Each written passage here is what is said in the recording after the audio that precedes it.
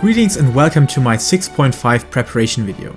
Next week on Tuesday, October the 3rd, we will have the new patch 6.5, bringing in tons of new content, and from the trailer it looks very promising. Especially as I have been a big fan of 6.3, which I consider one of the best patches this expansion brought to the table. The first important thing you need to do is your MSQ, the 24 people alliance raid, as well as Island Sanctuary, Tataro's Great Endeavor, and maybe already start preparing the Mandeville questline and relics for the follow-up patch. However, as with all gear catch-up patches, a new augmented form of the Diadokus gear will be available on Tuesday, which gives us access to an upgraded version of it featuring item level 650, but not slots for pentamelling. In most cases this is an upgrade, so let's see how we can prepare this augmentation process. It is actually easy. You take a Diadokus gear piece, trade it against currency, then trade causality tomestones against another currency, and then exchange both against the augmented version of Diadokus gear. So you need the equivalent value of gear piece for each slot plus causality tomestones to pay for it. An easy catch for those still running around with full crafted battle equipment. Or if you plan to get that gear from scratch, try to find some cheap Diadokus pieces as long as prices are down on the market board, or craft them yourself as long as materials are cheap. But Augmented Diadokus is not the only upgrade getting expanded in availability alone. There will also be upgrade materials to the Credendum gear that you can get from the Tomestones of Comedy, whose upgrading materials did require you to enter Savage Raid content before. But now with a token that you receive upon completing each of the Alliance raid, you now get the new one that you can turn into upgrading currency to get it to item level 660. And the best way to prepare that is to venture into the already existing Alliance raids. For anyone not having tackled Savage content yet, this can be a massive boost to your character's power level. But besides the upgrade material received from the Alliance raids, which you can get one per week depending on the new material added to the mix with the new part Leia, the actual best way of getting these upgrade materials are received through Sack of Nuts, which can achieve the same thing without a weekly restriction, so I highly recommend to stack those up if you haven't done so already.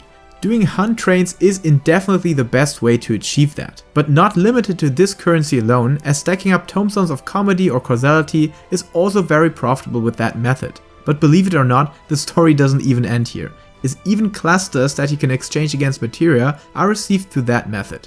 So if you're in a rush and still want to be prepared with your gearing process, A-rank trains are the way to go now. But they will be active next week too, so don't worry if you got no time this week around. Definitely check out my hunt train video if you want to know more. Next up, there's the absolutely most important thing to not miss out on before the patch drops on Tuesday, and that is the series Malmstone rewards. Because the series will end and you won't have access to the rewards, or better said access to unlocking them, after Tuesday, so make sure to grind it down if you're interested in the mount, emote or minion. I literally didn't do any PvP this season because of simply lacking actual time to play the game, but I remember last time when this awesome armor had been the goal, it didn't take me too long to grind it down. Heck, I even grinded during my vacation break, sitting close to the beach with my laptop and a horrible Ethernet connection, so you can definitely do it. You don't even need to go for the ranked version of Crystalline Conflict for that.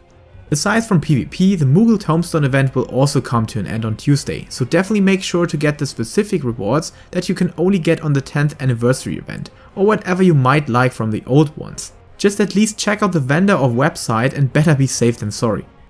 Okay, a couple of things for Gil Making. First of all, I highly anticipate enhanced and shiny trial weapons from Shadowbringers this time around. Maybe the diamond or emerald weapon shinies. Because in 6.3, which can be seen as a mirror patch, we had the Rubellox weapon, so chances are quite high but not confirmed that on Tuesday we see a new version of another weapon. And as this took me by surprise last time around, and especially with the Titania weapons, make sure to be able to craft them. They are not endgame recipes, but you need to have a specialist crystal, in which I recommend to either just focus on blacksmith or become a specialist on those jobs that you need weapons for.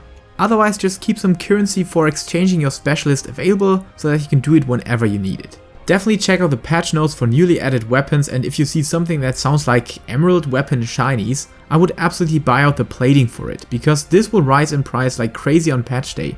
Those weapons are visually confirmed and might look awesome too.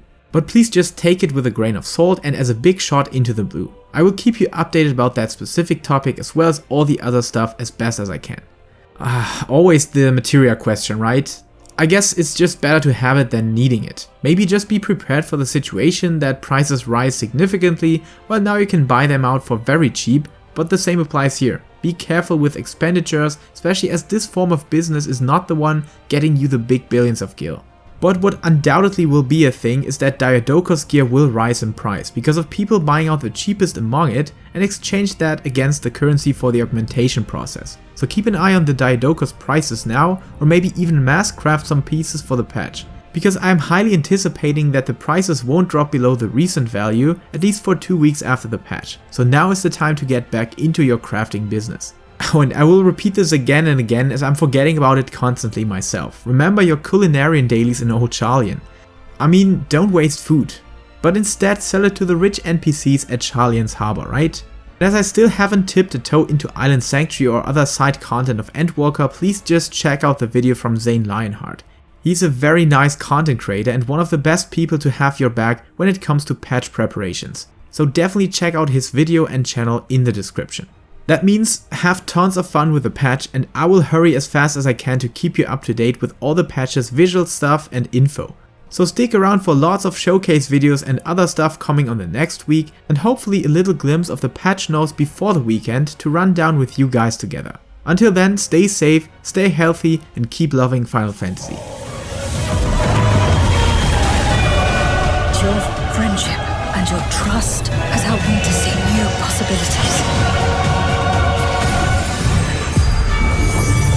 And together, our light can pierce blackest darkness.